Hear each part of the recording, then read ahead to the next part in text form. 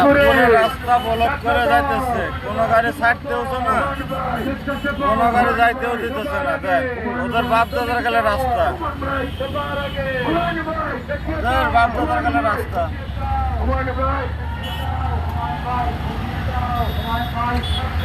এই যে বিএনপির মিছিল যাইতেছে, হুমায়ুন ভাইয়ের মিছিল যাইতেছে, ওদের বাপ দাদার গেলে রাস্তা। দেখছেন পুরো রাস্তাটা ব্লক করে যাইতেছে, কোনো গাড়ি ছাড়তেওছে না, যাইতেও দিতেছে না। এই লোক বাংলাদেশের রাজনীতি। এই যে পুরো রাস্তা ব্লক করে যাইতেছে, এটা কেমন রাজনীতি কোন? বাংলাদেশ থেকে এরকমের রাজনীতি চেঞ্জ করা উচিত, বাংলাদেশ থেকে এরকমের রাজনীতি চেঞ্জ করা উচিত খুব দ্রুতই।